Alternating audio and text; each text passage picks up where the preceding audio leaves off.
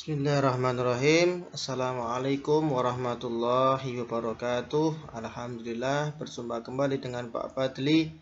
Semoga anak-anakku semuanya masih dalam keadaan sehat walafiat serta dalam lindungan Allah Subhanahu wa taala. Amin.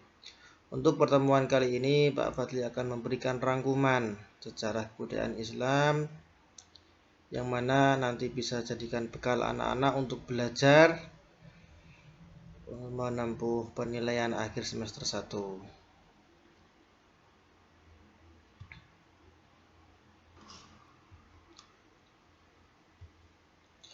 Dakwah Nabi Muhammad SAW dan para sahabatnya.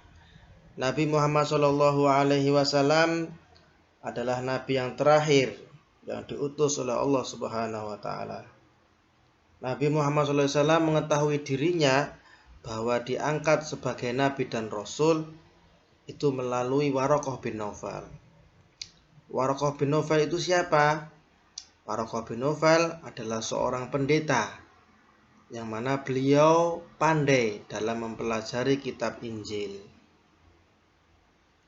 Nabi Muhammad SAW diutus oleh Allah yaitu untuk mengajarkan agama Islam, menyebarkan agama Islam, yaitu agama yang tauhid, yang mana agama hanya menyembah kepada Allah Subhanahu wa taala. Dalam dakwah Nabi Muhammad SAW selalu mendapatkan perlindungan dari paman dan istri Nabi Muhammad SAW, yaitu Abu Thalib dan Khadijah. Ketika paman dan istri Nabi Muhammad SAW, yaitu Abu Thalib dan Khadijah wafat, kaum kafir Quraisy semakin menjadi-jadi, menyakiti kaum muslimin, menyakiti Nabi Muhammad SAW.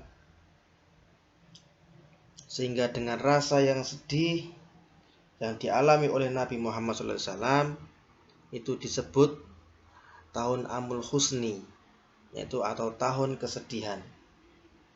Karena Nabi Muhammad SAW ditinggal oleh dua orang yang sangat dicintai, dua orang yang sangat istimewa, dua orang yang sangat berarti dalam hidupnya ketika dalam menemani Nabi Muhammad dalam berdakwah.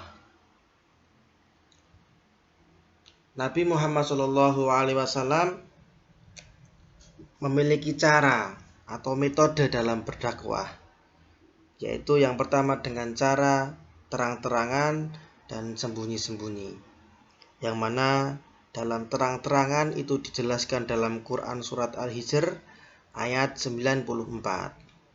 Dalam dakwah secara terang-terangan ini kurang lebih 9 tahun. Ketika dakwah secara sembunyi-sembunyi yang dijelaskan dalam Quran surat Al-Muddatsir ayat 1-7 itu adalah perintah untuk dakwah secara sembunyi-sembunyi. Jadi kalau Quran surat Al-Hijr ayat 94 itu adalah perintah dakwah secara terang-terangan. Kalau Quran surat Al-Muddatsir ayat 1-7 itu perintah dakwah secara sembunyi-sembunyi. Dalam dakwah secara sembunyi-sembunyi itu kurang lebih 3-4 tahun. Nah, dalam dakwah secara sembunyi-sembunyi ini Nabi Muhammad SAW dalam menyampaikan dakwahnya itu di rumah sahabat, yaitu yang bernama Arqam bin Abil Arqam. Sahabat yang lainnya itu adalah Abu Bakar, Abdurrahman bin Auf, Tolhah, Zubair, Utsman bin Affan, Bilal bin Rabah, dan Khadijah, Ali bin Abi Thalib. Nah, ini adalah para sahabat yang pertama kali masuk Islam sehingga mereka mendapatkan julukan As-Sabiqunal Awwalun. Di antara salah satu dari sahabat tersebut yaitu Bilal bin Rabah. Bilal bin Rabah ini adalah seorang sahabat yang disiksa majikannya, yaitu dengan diseret di tengah padang pasir, kemudian ditindih batu besar. Ya, Bilal bin Rabah ini disuruh untuk keluar dari agama Islam, tetapi Bilal bin Rabah tetap memperjuangkan keimanannya, tetap memperjuangkan akidahnya, yaitu hanya taat kepada Allah Subhanahu wa taala. Sehingga Bilal bin Rabah mendapatkan pertolongan dari Allah melalui Abu Bakar As-Siddiq. Bilal bin Rabah dibebaskan oleh Abu Bakar As-Siddiq.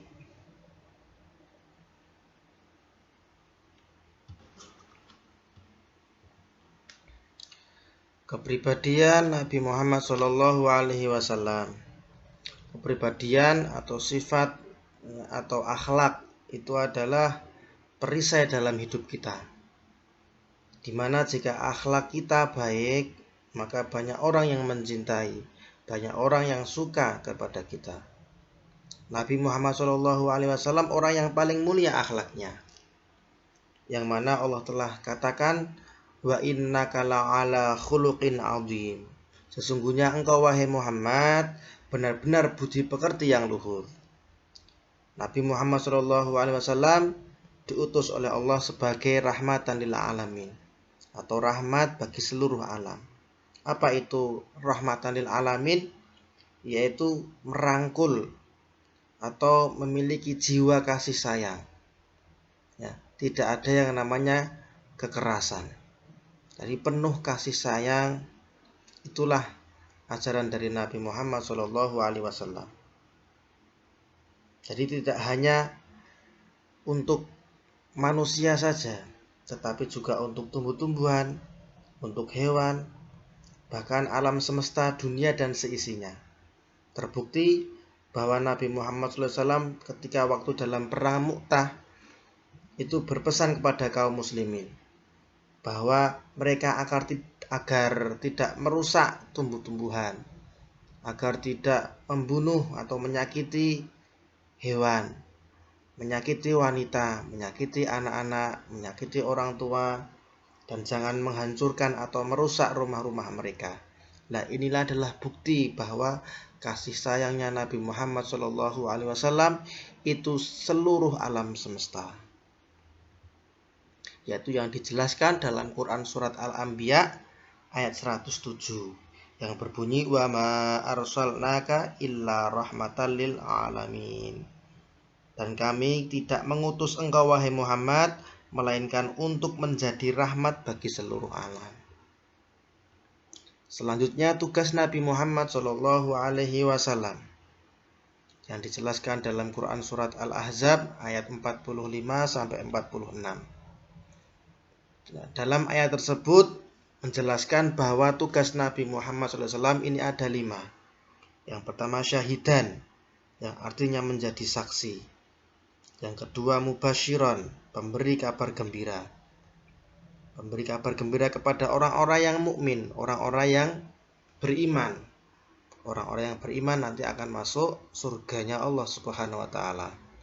Yang ketiga yaitu nadhiron, atau pemberi peringatan. Memberi peringatan kepada orang-orang yang tidak taat, orang-orang yang enggan melaksanakan perintah Allah Subhanahu wa taala dan nantinya akan masuk neraka. Yang keempat adalah da'iyan ilallah, yaitu penyeru agama Allah. Yang kelima sirajan muniron, cahaya yang menerangi. Selanjutnya yaitu sifat Nabi Muhammad SAW atau sifat wajib yang dimiliki oleh para nabi dan rasul. Yang mana sifat ini hanya dimiliki oleh nabi dan rasul.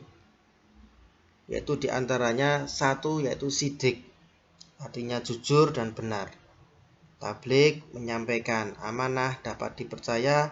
Yang keempat fatonah, cerdas dan bijaksana. Kemudian juga ada lawan katanya. Sidik lawan katanya adalah hizib. Tabligh lawan katanya adalah kitman. Amanah lawan katanya adalah khianat. Fatonah lawan katanya adalah baladah. Lah, arti dari hizib artinya dusta. Kitman menyembunyikan. Khianat tidak dapat dipercaya. Baladah bodoh. Artinya para nabi dan rasul tidak memiliki sifat ini. Dan sifat sidik, tabligh, amanah, fatonah ini adalah sifat mutlak. bagi para nabi dan rasul. Karena setiap ucapan, perbuatan para nabi dan rasul itu adalah langsung dari Allah Subhanahu wa taala, dibimbing langsung oleh Allah Subhanahu wa taala. Ya, ini nanti bisa dihafalkan. Sifatnya ada 4, bisa dihafalkan, kemudian tugas-tugasnya juga dihafalkan. Lawan katanya juga dihafalkan. Hijrah ke Habasyah. Negeri Habasyah terdapat di benua Afrika yang memiliki raja bijaksana, adil, dan tidak pernah mendolimi rakyatnya. Raja tersebut bernama Najasyi. Sebab Nabi Muhammad SAW menganjurkan kaum muslimin hijrah ke Habasyah. Di antara yang pertama adalah karena kekejaman dari kaum kafir Quraisy.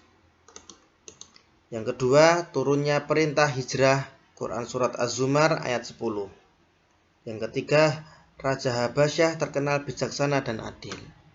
Dalam hijrah ke Habasyah ini ada 2 tahap. Tahap yang pertama dipimpin oleh Utsman bin Affan dengan jumlah 10 laki-laki dan 4 perempuan. Di antara dari perempuan ini adalah istri dari Utsman bin Affan atau putri dari Nabi Muhammad SAW yang bernama Ruqayyah. Sedangkan tahap yang kedua dipimpin oleh Ja'far bin Abi Thalib dengan jumlah 83 laki-laki, 18 perempuan. Ja'far bin Abi Thalib ini adalah sekaligus juru bicara kaum muslimin. Pembesar kaum kafir Quraisy melihat bahwa kaum muslimin itu dihargai atau diterima dengan baik oleh Raja Najasyi sehingga mereka takut. Akhirnya mereka mengutus 2 orang, yaitu Amr bin As dan Abdullah bin Abi Rabi'ah. 2 orang ini diutus oleh kaum kafir Quraisy dengan tujuan untuk menghasut kaum muslimin supaya Raja Najasyi mau mengembalikan kaum muslimin ke Mekah kembali. Tetapi pada hasilnya rencana atau tujuan dari kaum kafir Quraisy ini adalah gagal. Karena Raja Najasyi percaya dengan Ja'far bin Abi Thalib ketika Ja'far bin Abi Thalib membacakan surat Maryam. Dari situlah Raja Najasyi mulai terharu dengan ajaran Islam. Sehingga atas rahmat Allah, hidayah dari Allah Subhanahu wa taala, Raja Najasyi pun akhirnya masuk Islam. Mungkin untuk materi rangkuman pada pertemuan kali ini cukup sekian. Semoga bermanfaat untuk kita semuanya. Pesan dari Pak Fadli, jangan lupa anak-anak tetap semangat dalam belajar, jaga kesehatannya. Semoga nanti dalam pembelajaran atau mengerjakan PAS, ya, penilaian akhir semester 1 bisa berjalan dengan baik. Nilainya sesuai dengan apa yang kita harapkan. Kurang lebihnya mohon maaf apabila ada kesalahan dalam penyampaiannya. Wassalamualaikum warahmatullahi wabarakatuh.